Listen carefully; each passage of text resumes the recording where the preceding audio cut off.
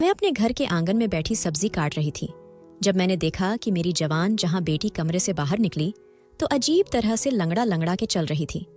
मैंने कहा, है लड़की, यह क्या कर रही है? किस तरह से चल रही है? तो कहने लगी, इस तरह से नहीं चलूं तो और किस तरह से चलूं? आपको क्या पता मेरी हालत क्या है? कि इसकी हालत क्या है? दिन भर बिस्तर तोड़ती रहती है, पढ़ाई के नाम पर पूरा दिन कमरे में बैठी रहती है। मैं इससे घर का कोई काम भी नहीं करवाती और अब इसको ऐसा क्या हो गया कि इसकी चाल ही बदल गई। उसने मेरे सवाल का जवाब नहीं दिया और वहां से चली गई। सिर्फ उसकी चाल ही नहीं, उसकी हरकतें भी बदली बदली सी थीं। मुझे उसके चाल चलन कुछ ठीक नहीं लग रहे थे। उससे ज्यादा उसका अंदाज अजीब सा लग रहा था। ऐसा लगता था जैसे सारे समाज की सताई हुई है, सबसे ज्यादा परेशानी इसी को है। खैर, अभी यह सभी सोच रही थी कि मेरा पति कमरे से बाहर आया। मैंने कहा, आप रात को बेटियों के कमरे में सो गए थे? तो कहने लगा, हाँ, मैं उनको ट्यूशन पढ़ा रहा था।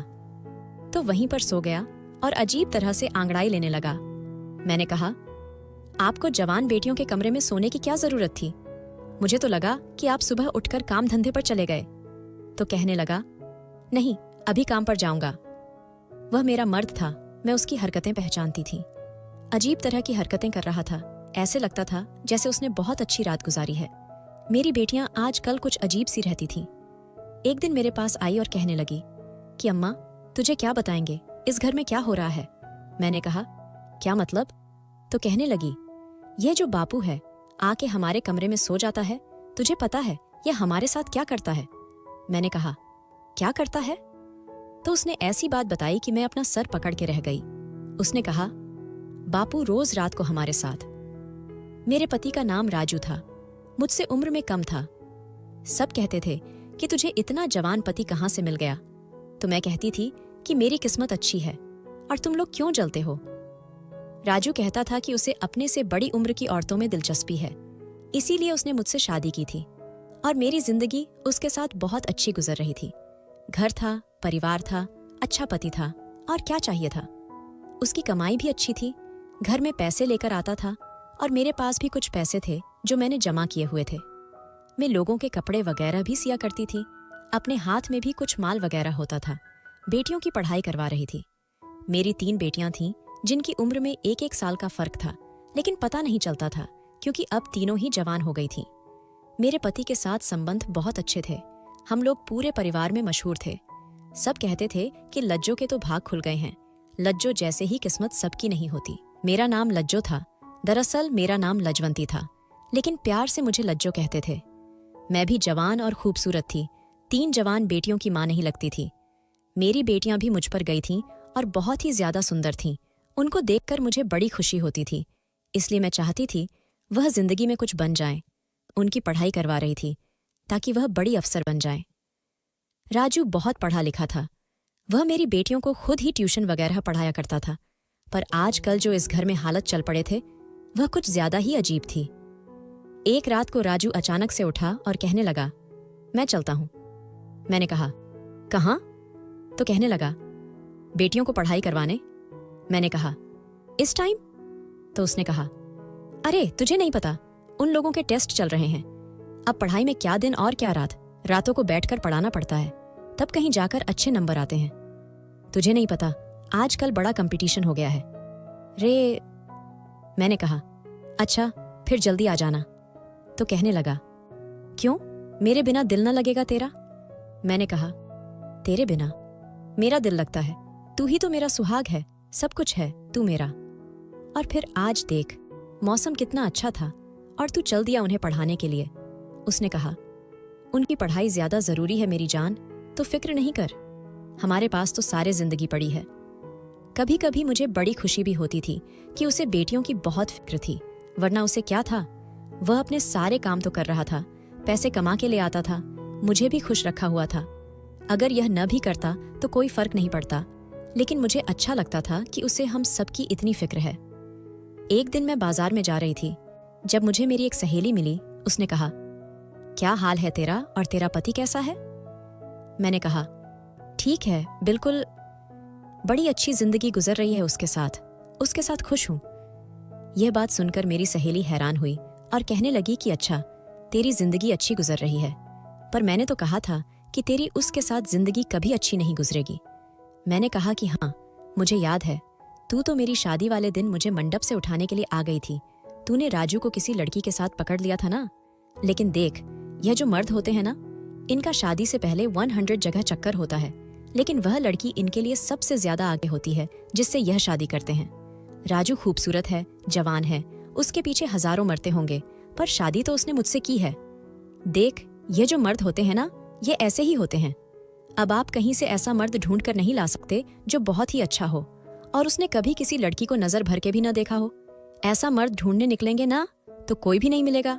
थोड़ा बहुत तो सोचना पड़ता है। वह क्या कहते हैं, इंग्लिश में एडजस्ट करना पड़ता है। वह कहने लगी, हाँ, मुझे पता था कि तू बड़ी अच्छी तरह एडजस्ट कर लेगी, लेकिन यह नहीं पता था कि इतने सालों तक कर लेगी। चल, अच्छी बात है, कोई अपने घर में खुश रहे तो हमें क्या, पर तेरा पति आंखों का बड़ा कच्चा है, उसकी आंखें बड़ी मटकी हैं। मैंने कहा, अब नहीं, ऐसा होता नहीं, अब तो मैं ही मैं हूं, सिर्फ अपनी उंगली पर लपेट लिया है। मैंने उसको हम दोनों सहेलियों ने हंसना शुरू कर दिया। वह भी हंसने लगी। उसने कहा, यह तो फिर बहुत अच्छा हुआ, अगर तूने ऐसा कर लिया है तो और क्या चाहिए। चल ठीक है, मैं चलती हूँ, घर बदल रही हूँ, इसलिए बहुत मसरूफ हूँ। मैंने कहा, जब घर बना ले तो मुझे बताना, मैं तेरे घर तुझसे मिलने आऊंगी, साथ तेरा घर भी देख लूंगी। उसने कहा, तू आ जाना, लेकिन अपने पति को लेकर न आना। मैंने कहा, यह क्या बात कर दी, पति को लेकर क्यों ना आऊं। तो उसने कहा, मुझे गलत न समझना, पर मेरी जवान बेटी है। मैंने कहा, कैसी बातें कर रही है तू इस बात पर। वह फिर से हंसने लगी और कहने लगी कि उस पर तुझे भरोसा है, मुझे नहीं है। मुझे पता था कि वो मजाक कर रही है, इसलिए मैंने उसकी बात का बुरा नहीं माना। मैं इस बात को मान गई थी कि खूबसूरत मर्द के पीछे अगर बहुत सारी लड़कियां हो तो उसमें कसूर लड़कियों का है, उसे मर्द का नहीं। अब तो ये रोज रोज होने लगा। कह, मेरा मर्द राजू बेटियों के कमरे में पढ़ाई करवाने के बहाने जाता और वहां पर बैठ जाता। मैं उसका इंतजार करती रहती, जबकि वह कहकर जाता था कि मैं जल्दी आ जाऊंगा, लेकिन मैं भी पूरे दिन के काम होते थकी होती थी तो सो जाती थी। सुबह वह बेटियों के कमरे से बाहर निकलता था। मैं पूछती, कह, रात भर क्या करते रहे तू। तो कहता, कह, पढ़ाते पढ़ाते ही नींद आ गई थी, पता ही नहीं चला कब सुबह हो गई। मैंने कहा, ऐसी भी कौन सी नींद। तो कहता, कह, तुम्हें तो पता है मैं जवान आदमी हूं, मुझे तो ऐसी ही नींद आती। मैंने कहा, क्या, और मैं क्या बुरी हूं। तो कहने लगा, नहीं नहीं, तुम तो मुझसे भी ज्यादा जवान हो। मेरा मर्द बातें बहुत अच्छी अच्छी करता था, यही वजह थी कि मैं उसके सामने कुछ बोल नहीं पाती थी। मैंने अपनी बेटी रिमला को लंगड़ा लंगड़ा के चलते देखा था। ये कोई आम बात नहीं थी। आखिर क्या मसला था। जब मैंने उससे पूछा तो उसने मुझे कहने लगी, कोई बात नहीं है। कहने लगी, कोई भी बात नहीं है, मैं बिल्कुल ठीक हूं, और ठीक तरह से चलने की कोशिश करने लगी। मैंने कहा, अब मैंने तुझे देखा तो तू इस तरह से चल रही थी, और अब तो कह रही है कि मैं ठीक हूं, क्या मसला है तुझे। तो कहने लगी, कोई मसला नहीं है, मुझसे नजर नहीं मिला रही थी, शायद कोई बात थी जो वह छुपा रही थी। एक दिन मेरी तीनों बेटियां मेरे पास आकर बैठ गईं और कहने लगीं, है अम्मा, हमने कभी ख्याल नहीं किया, लेकिन आपने हमारे लिए बहुत कुर्बानी दी है, हमें आपसे बहुत लगाव है, आप अब हमें बहुत अच्छे लगते हैं। मैंने उनको प्यार किया और कहा, क्या हो गया आज। वह तो नहीं है, वो क्या कहते हैं माँ का दिन।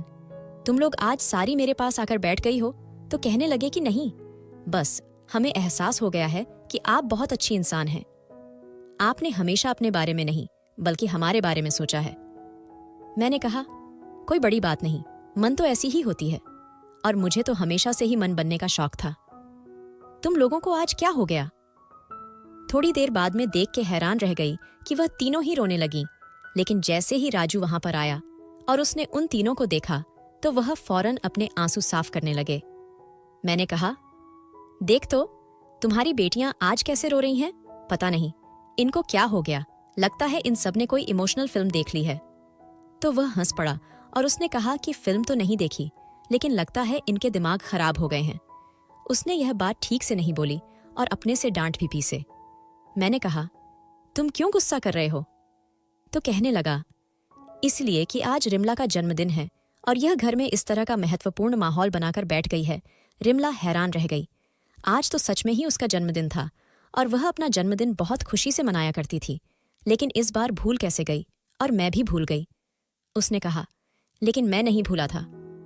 उसने एक केक हमारी तरफ बढ़ा दिया, कहने लगा, चलो केक कटते हैं। जब वह सबका इतना ख्याल रखता था तो मुझे बहुत अच्छा लगता था।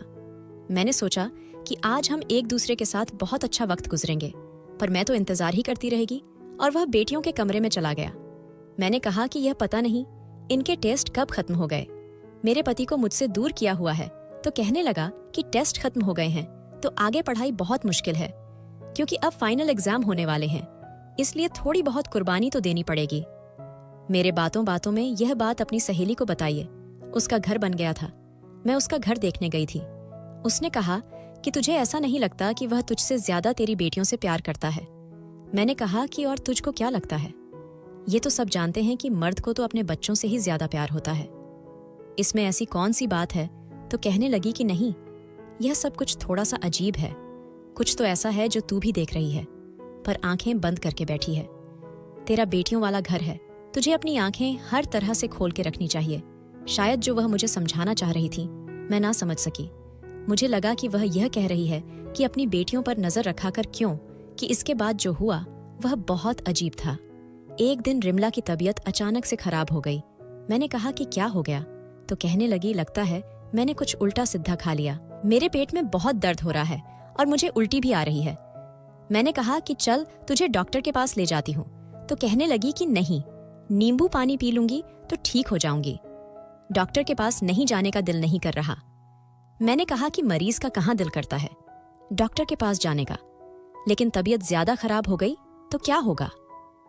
राजू भी वहां पर आया तो मैंने उसे परेशान होकर कहा कि इसकी तबीयत बड़ी खराब है और डॉक्टर के पास भी नहीं जा रही।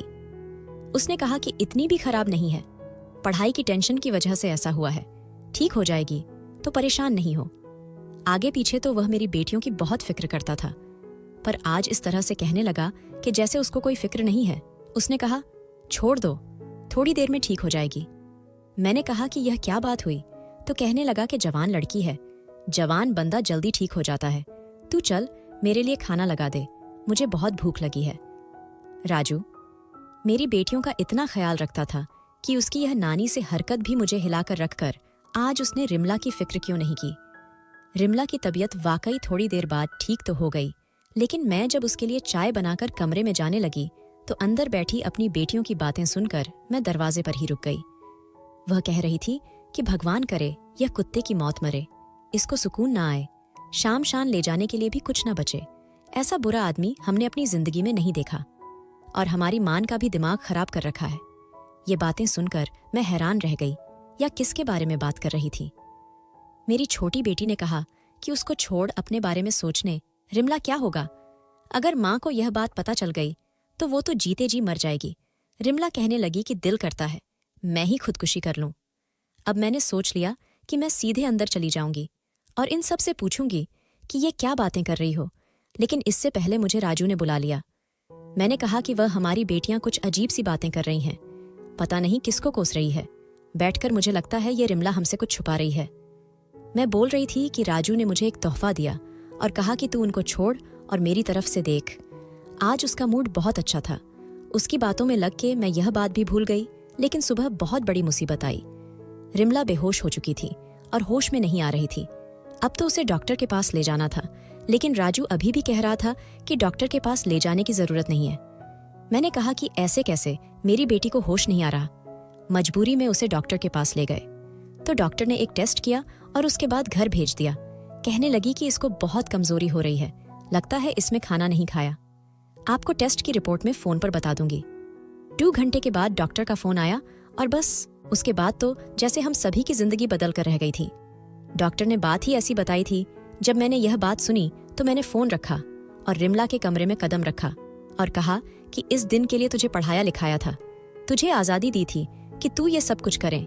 बाकी सभी मुझे हैरान होकर देखने लगी, लेकिन रिमला जानती थी कि मैं क्या बात कर रही थी, इसीलिए उसने सिर झुका लिया था, क्योंकि मुझे डॉक्टर ने बताया था कि आपकी बेटी माँ बनने वाली है और उसने अपने बच्चे को खत्म करने के लिए कोई गोली खाई है, जिसकी वजह से उसकी हालत खराब हुई है। लेकिन बच्चा सही सलामत है और उसे कुछ नहीं हुआ है। रिमला ने रोना शुरू कर दिया। मैंने कहा कि बता, ये सब कुछ किसने किया है? तो उसने कहा कि सब बताती हूँ, और मुझे मेरे कमरे में ले गई। वहां से जाकर उसने मुझे अकेले में अलग ही कहानी सुनाई और कहा कि यह सब मेरी गलती है, मेरी वजह से हुआ है।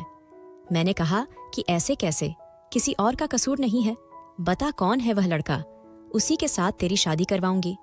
तो कहने लगी तो वह कभी शादी नहीं करेगा और वह इस देश में नहीं है, बस आप इस बात को खत्म कर देंगे। मैंने कहा अब यह बात इस तरह से खत्म नहीं होगी, पर वह कहने लगी कि बस मेरी गलती है, मुझे जो सजा दोगे मुझे कोई मसला नहीं है, चाहे तो मेरी पढ़ाई खत्म करवा दो, मुझे घर बिठा दो, किसी बूढ़े के साथ मेरी शादी कर दो। मैं वैसे तो उसे कोस रही थी और बहुत परेशान थी, लेकिन उसकी बातें सुनकर मुझे ऐसे लगने लगा कि जैसे वह मुझसे भी ज्यादा परेशान है। मेरी बेटी बुरी तरह से रोने लगी और फिर से बेहोश हो गई। मेरा गुस्सा खत्म हो गया और अब मुझे उसकी फिक्र होने लगी। अब उसे फिर होश नहीं आ रहा था। हम उसे डॉक्टर के पास ले गए। डॉक्टर ने कहा कि जो दवाई उसने खाई थी शायद उसका असर अब जाकर हुआ है। उसके बाद उसकी हालत बहुत बुरी हुई, लेकिन उसके पेट में पलने वाला बच्चा इस दुनिया में नहीं रहा। पता नहीं यह बात अच्छी थी या बुरी। मैं उससे बात कर बार पूछ रही थी कि यह किसका पाप है, लेकिन वह नहीं बता रही थी। उसने अपनी जुबान पर ताला लगा रखा था और मुझे उसकी आंखें बता रही थीं कि कोई बहुत बड़ी वजह है। रिमला, तू मेरी अच्छी बेटी थी, पढ़ाई में भी बहुत अच्छी थी। उसका ऐसी बातों में कोई ध्यान नहीं था। वह सबसे बड़ी थी, खूबसूरत थी, समझदार थी। फिर अचानक से वह यह सब कैसे कर सकती थी? मैं बहुत परेशान थी। जब रात हुई तो मैंने देखा कि मेरा पति मेरे कमरे में आया और आते ही मुझ पर हाथ उठाना शुरू कर दिया। मुझे बुरी तरह से मारने लगा। मैं चिल्लाने लगी, लेकिन मुझे कोई बचाने नहीं आ रहा था। वह मुझे कह रहा था, मैं तुझे नहीं छोड़ूंगा। मैं हैरान थी कि आखिर मेरी गलती क्या है, मैंने किया क्या है, लेकिन वह नहीं रुक रहा था। उसने मेरी हालत खराब कर दी और मैं अचानक से चीख मारकर उठी। तब मैंने देखा कि राजू सो रहा था और ये एक सपना था। वह भी आ गया। उसने कहा, क्या हो गया? मैंने कहा, क्या मैंने बुरा सपना देखा है? उसने कहा, तुझे अब तक इस तरह के सपने आते हैं तो इस सब के बाद भूल क्यों नहीं जाती? मैंने बताया कि जब मैं परेशान होती हूँ तो मुझे ऐसे सपने आते हैं। तू भी क्या सोचता होगा ना, हमारे घर भी कैसी मुसीबत है, रिमला ने इतना बड़ा कदम कैसे उठा लिया? उसने कहा, मैं कुछ नहीं सोचता हूँ, आजकल ये सब कुछ बहुत हो रहा है, बस तू भगवान का शुक्र अदा करके बात यहीं पर खत्म हो गई।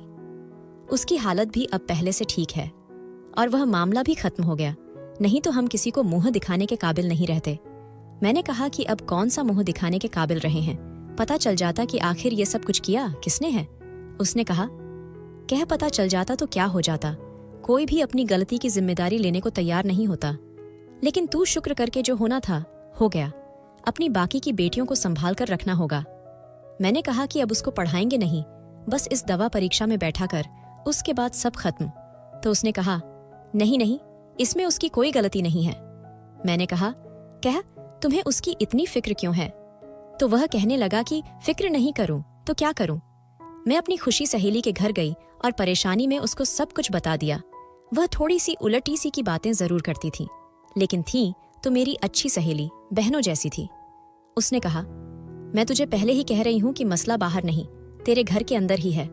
मैंने कहा, कह तू क्या कहना चाहती है, मुझे खुलकर बता दे। उसने कहा, मैंने खुलकर कुछ नहीं बताना, लेकिन तुझे खुद ये सब कुछ समझना होगा। देख, तेरे घर में कौन है, तेरी बेटियां कहाँ जाती हैं, उनके कमरे में कौन आता जाता है, कौन है ऐसा जो उनके साथ यह सब कुछ कर सकता है। तुझे बहुत बारीकी से हर बात के बारे में सोचना पड़ेगा, तब जाकर तू यह पता कर पाएगी कि यह सब कुछ किसने किया है, नहीं तो इसी तरह सोच सोच कर ही पागल हो जाएगी, लेकिन मिलेगा कुछ नहीं। वह ठीक कह रही थी। कोई तो ऐसी बात थी जिसको मैंने देख नहीं रही थी। मैं आजकल बहुत परेशान थी। जब मैं एक दिन राजू को किसी से फोन पर बात करते हुए सुना, वह कह रहा था, मैं तो स्वर्ग में रहता हूँ, मेरे साथ बहुत अच्छा हो रहा है, मेरे आसपास तो परियां ही परियां हैं। इस बात पर वह हंसने लगा। एक तरफ हमारे घर में इतना बड़ा तूफान आया था कि अभी तक कोई भी नॉर्मल नहीं हो पाया, तो दूसरी तरफ यह इतना खुश होकर कैसे बातें कर रहा था। कहने लगा, औरत बड़ी झाली होती है तो कोई है ही नहीं, और मेरी वाली से बड़ी पागल तो कोई है ही नहीं। मैं अचानक से कमरे के अंदर चली गई तो उसने फोन बंद कर दिया। मैंने कहा, किससे बात कर रहे थे?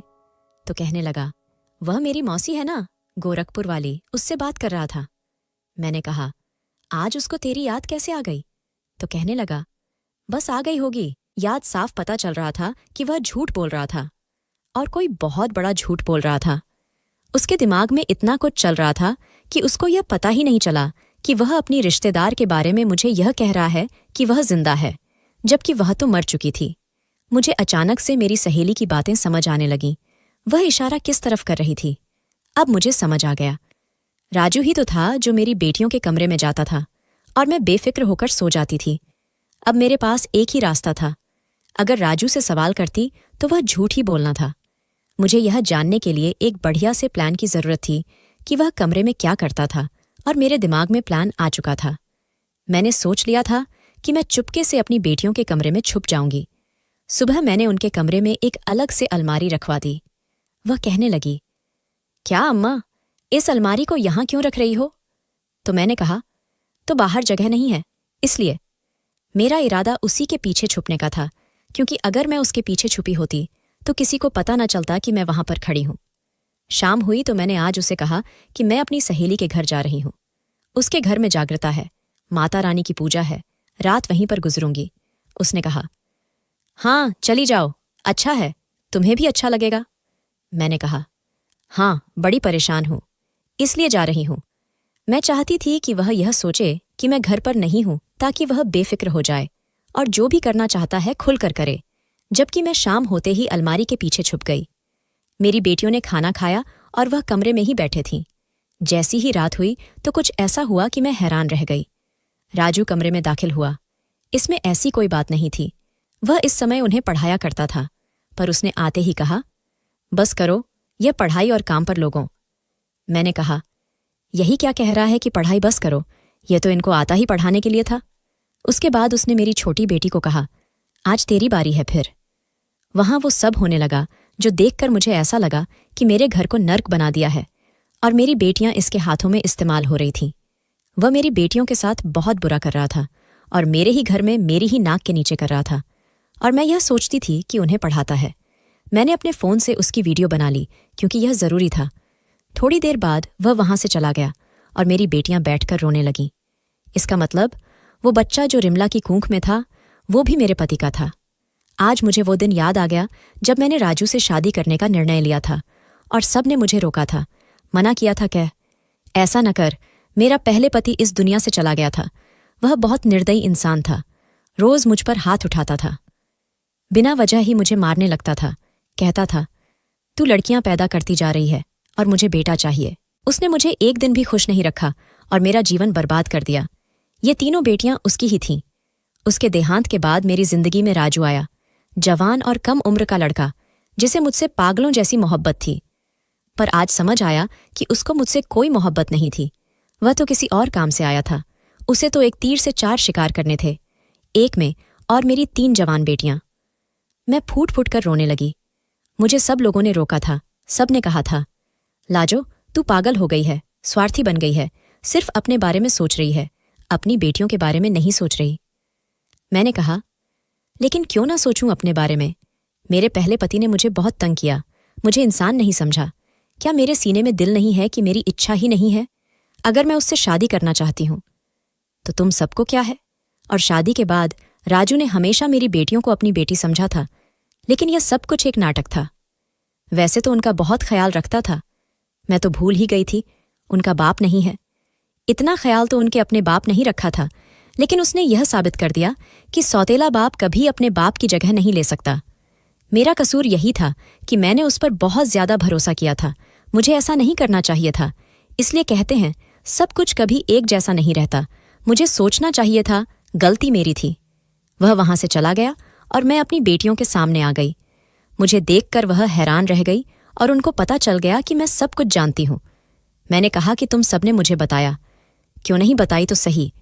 उन्होंने रोते हुए कहा, वो कहता था कि तूने अपनी मान को सब कुछ बताया तो मैं तुम्हारी मान को जान से मार दूंगा, उसे खत्म कर दूंगा। हम ऐसा नहीं चाहते थे, क्योंकि आपके अलावा हमारा कोई था ही कौन, इसलिए हम डर गए। उसने हमें कहा था कि मैं तुम्हारी मान को बहुत आसानी से खत्म कर सकता हूं, और वह ऐसा कर भी सकता था। फिर रिमला के साथ जो कुछ हुआ उसका जिम्मेदार भी यही है, और यह बहुत वक्त से हो रहा है। मैंने कहा कि तुम लोगों को मुझे बताना चाहिए था। तुम्हारा अपना बाप जैसा भी था, लेकिन डरपोक नहीं था, बहादुर आदमी था। तुम्हारे अंदर उसी का खून है। मेरी बेटियां बहुत रो रही थीं, पर मैंने उनको कहा कि बस अब सब खत्म हो गया। अब मैं तुम सबका बदला लूंगी, तुम फिक्र नहीं करो। उसने कहा कि आप क्या करोगी? मैंने कहा कि मैंने सोच लिया है कि मैं क्या करना है। तुम लोग अपना सारा सामान लो, अपने स्कूल जाओ, जाने की तैयारी करो, क्योंकि हम यह शहर हमेशा के लिए छोड़कर जाने वाले हैं। 1 हफ्ता है तुम लोगों के पास, अपनी तैयारी करो, पर किसी को बताना नहीं। मुझे मेरी बेटियों ने कहा कि शहर छोड़ने से क्या होगा? मैंने कहा कि ये हमें तलाश कर लेगा, बस तुम लोगों को जो कहा है वह करो। मैंने कहा था, ठीक है। मैंने जो वीडियो बनाई थी वह मेरे पास सबूत था। मैंने पुलिस स्टेशन में जाकर रिपोर्ट करवानी थी और साथ उनको वीडियो भी देनी थी। उसके बाद पुलिस वालों ने उसे जरूर पकड़ लेना था। मैं शहर छोड़ने की तैयारी कर ली और अपनी बेटियों को भी समझा दिया कि क्या करना है और कैसे करना है। राजू को पता भी नहीं था उसके साथ क्या होने वाला था, वह बिल्कुल अज्ञान था। हम सब एक दूसरे के साथ थे। मैं बहुत तरह से सब कुछ कर रही थी, क्योंकि अब हम गलती नहीं कर सकते थे। पहले ही मुझसे बहुत गलती हुई थी। मेरी दोस्त जानती थी राजू एक बुरा इंसान था। जब हमारे फेरे होने लगे थे तो उसने मुझे बताया था कि अभी भी तेरे पास वक्त है। पर एक वक्त में पागल हो चुकी थी, क्योंकि मुझे कभी मोहब्बत मिली ही नहीं थी। इसलिए जब इसने मुझे कहा था कि मुझको हमेशा खुश रखेगा, तो मैंने यकीन कर लिया, क्योंकि मुझसे बहुत मोहब्बत करता है। मेरी बेटियों को अपनी बेटियां समझेगा। वह शुरू शुरू में ऐसा ही था। अभी हमारी शादी को 7 साल हुए थे। मुझ पर समाज ने उंगली उठाई थी। कहा था कि इसको अपनी बेटियों का ख्याल नहीं है। बुढ़ापे में शादी कर रही है, बूढ़ी हो गई है। लेकिन शादी कर रही मैंने किसी की बात नहीं सुनी थी, और मैं अपने आप को सही समझती थी। लेकिन मुझे लोगों की बातें सुननी चाहिए थी। हम समाज में रहते हैं तो हमको इसकी बातें भी सुननी पड़ती है। मैंने जाने का इंतजाम कर लिया और पुलिस वालों को सारे सबूत दे दिए। जैसे ही हम अपने मोहल्ले की गली से निकल रहे थे, पुलिस की गाड़ी हमारे घर की तरफ जा रही थी और राजू घर में अकेला था। पुलिस से बच भी जाता तो उसके लिए यही सजा काफी थी कि मैंने उसको हमेशा के लिए छोड़ दिया था। मुझे पहले ही रात को नींद नहीं आती थी, अब तो बिल्कुल नहीं आती। ऐसा लगता है कि मेरी बेटियों के साथ जो कुछ हुआ है वह राजू ने नहीं, मैंने किया है। हम दूसरे शहर में आ गए हैं। मेरी बेटियों की पढ़ाई पूरी हो गई, नौकरी करती हैं, और मैं भी अपना घर चलाती हूँ। लेकिन फिर भी मुझे ऐसा लगता है कि ये सब कुछ मेरी बेवकूफ़ी की वजह से हुआ है। अपने आप को बहुत बुरा भला कहते हूँ। रात को नींद नहीं आती है, बस जिंदगी इसी तरह गुजर रही है। दिल करता है कि जान दे दूंगी अपनी बेटियों के लिए, जिन्हें मुझसे बहुत मोहब्बत है।